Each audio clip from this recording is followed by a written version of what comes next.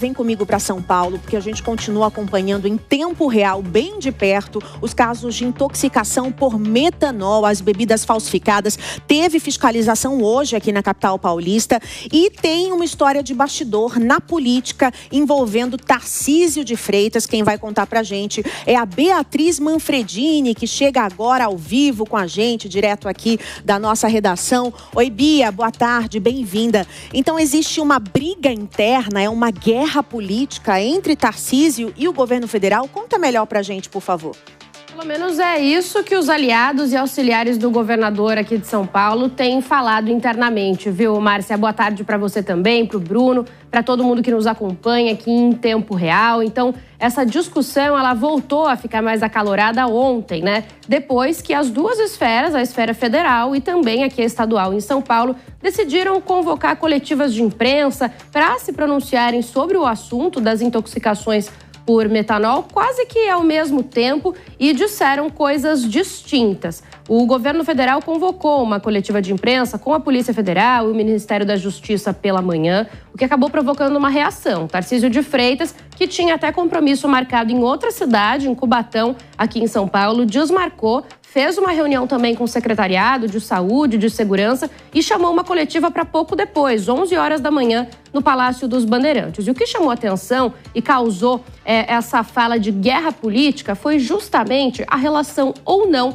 desses casos de contaminação com o primeiro comando da capital, o PCC. Enquanto a Polícia Federal apontou indícios de relação desses casos de contaminação com a facção criminosa, o governo de São Paulo disse o contrário, disse que não vê indícios disso acontecendo. Inclusive, eu conversei com um aliado do governador que disse o seguinte, que internamente a avaliação deles é que a Polícia Federal fez essa fala sem nenhum tipo de embasamento ou prova, o que poderia até causar medo e terror na população de alguma forma antes de ter qualquer tipo, então, de prova. E aí, para os aliados do governador Tarcísio de Freitas, essa colocação, né, de relação com o PCC prematura na avaliação deles pode significar, então, uma guerra política no sentido de que eles querem colar o PCC ao estado de São Paulo, à gestão Tarcísio de Freitas, como algo assim no sentido de que o governo não estaria combatendo o suficiente a organização criminosa. Bom, essas são as falas dos aliados do governador.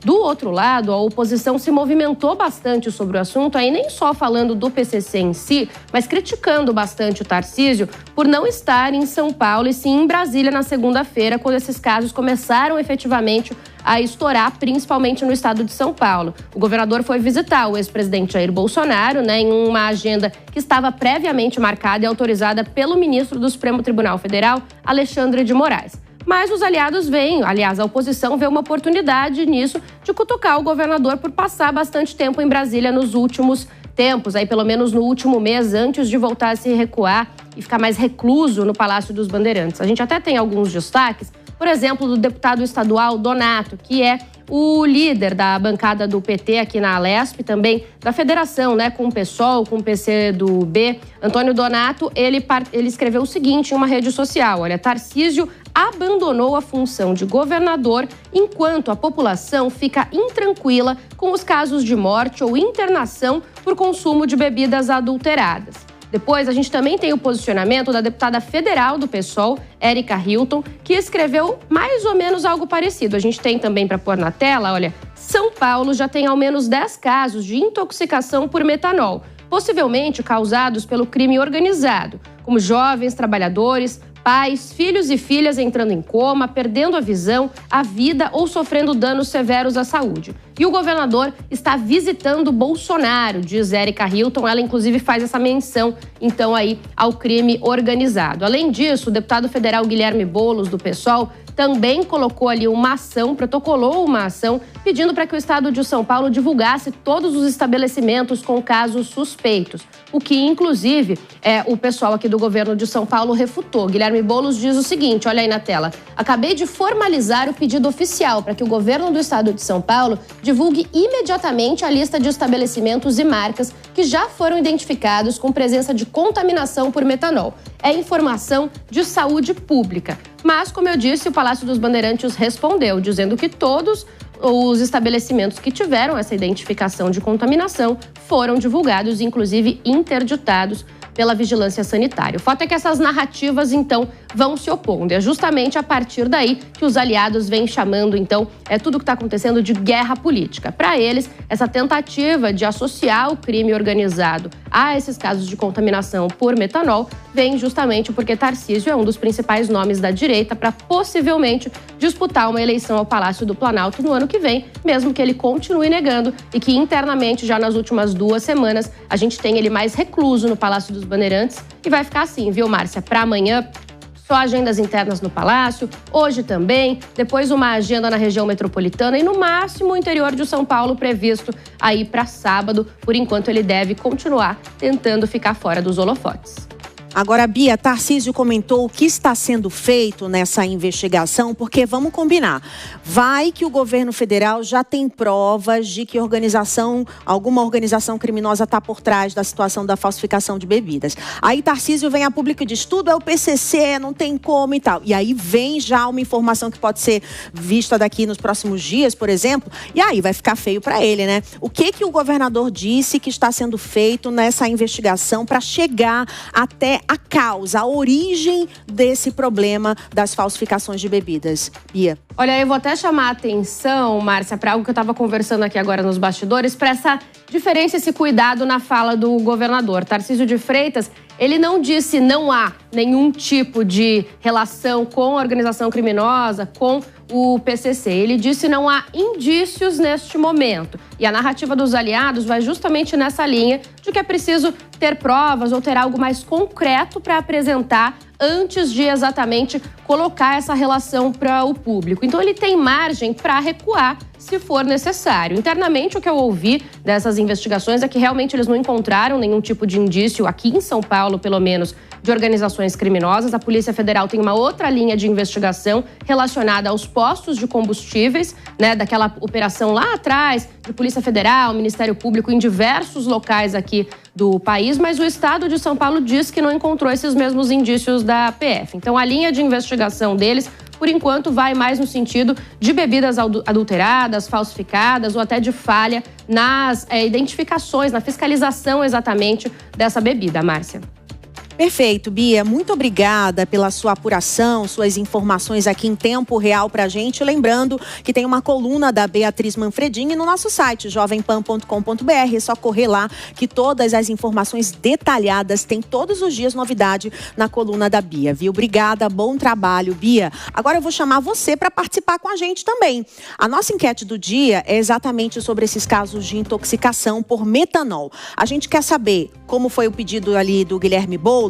Você acha realmente que o Estado e o governo devem divulgar o nome dos bares que estão passando por uma vistoria e que já foi realmente comprovado que havia bebida ali adulterada? Esses bares e essas marcas de bebida também devem ser colocadas na mídia, né? Devem ser divulgadas, sim ou não? Qual a sua opinião? Isso ajudaria, pelo menos o consumidor, a gente ficar um pouquinho mais tranquilo, porque não dá para saber em que lugar a gente vai comprar bebida de qualidade. Pode ser em qualquer bar, um bar no Jardins, uma área nobre aqui de São Paulo, passou por vistoria e houve sim a comprovação de que a bebida estava adulterada. Então não dá para saber, realmente é se precaver nesse momento, né? Então manda uma mensagem para o 11 9 13 25 80 55 e ao longo do jornal eu vou ler algumas aqui em tempo real. Vamos chamar os nossos comentaristas do dia, começando pelo Mano Ferreira. Temos também Luiz Augusto Durso online com a gente.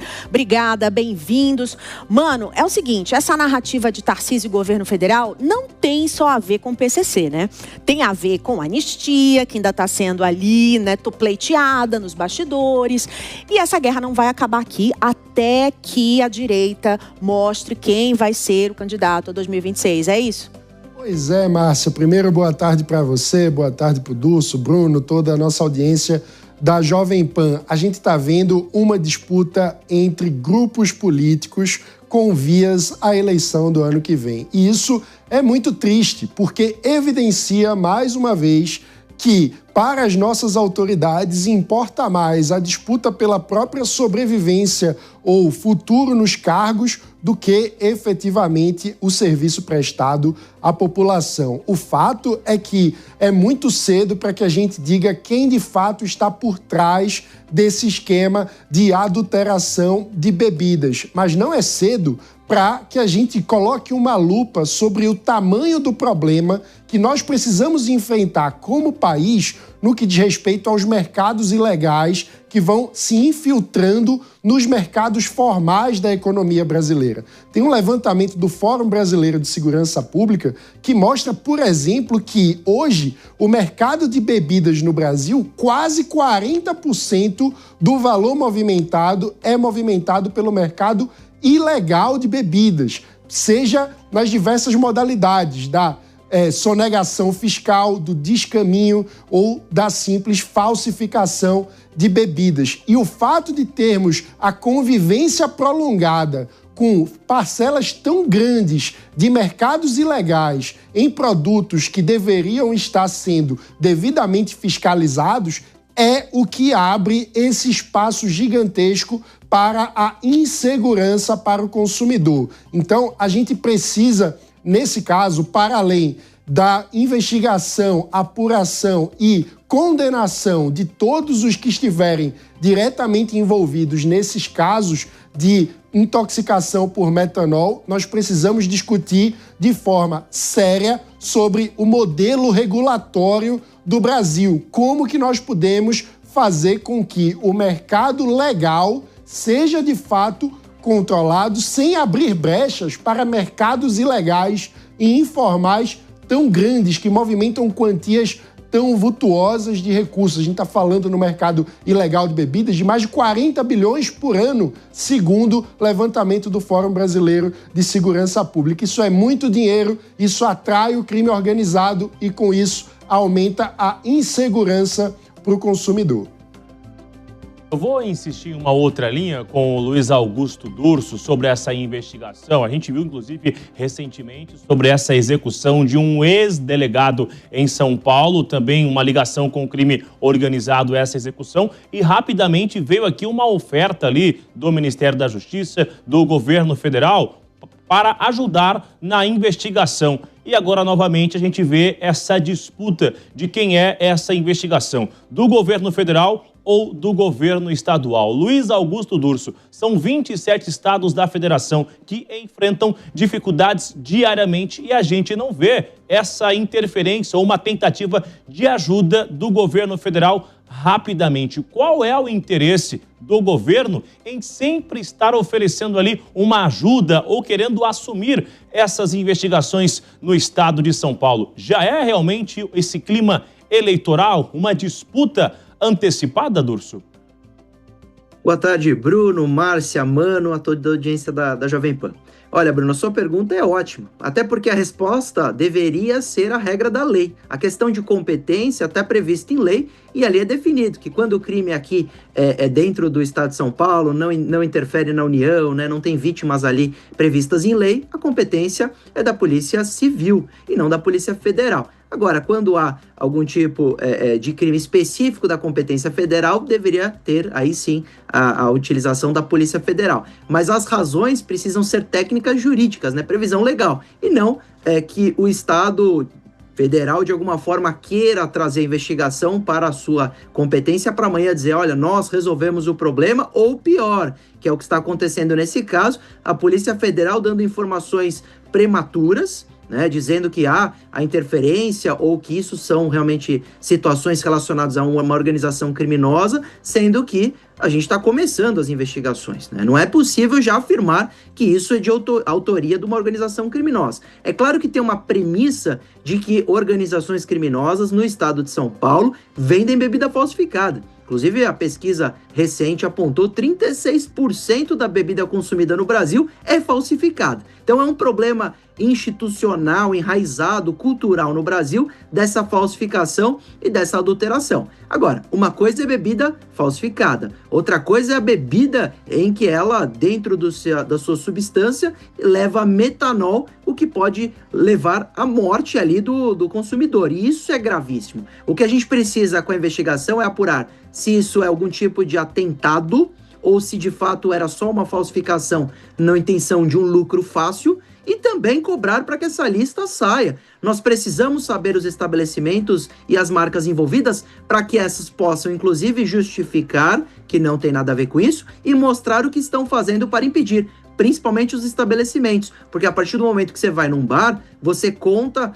com que aquele dono do bar tenha toda a cautela do mundo para onde ele busca, né, de onde ele busca esse produto e qual é a origem. Ele precisa ter essa cautela, porque quando chega no copo ali à mesa, você não vai perguntar da onde vem aquela bebida. Então, todo esse tipo de cobrança, inclusive do Estado, para que a investigação seja eficiente e aponte a autoria, tem que acontecer. Mas não é do dia para a noite e nem é certo a gente sair já elucubrando resultados e imputando responsabilidades para quem talvez não tenha nada a ver com isso ou que isso só tenha um viés político, o que é pior ainda.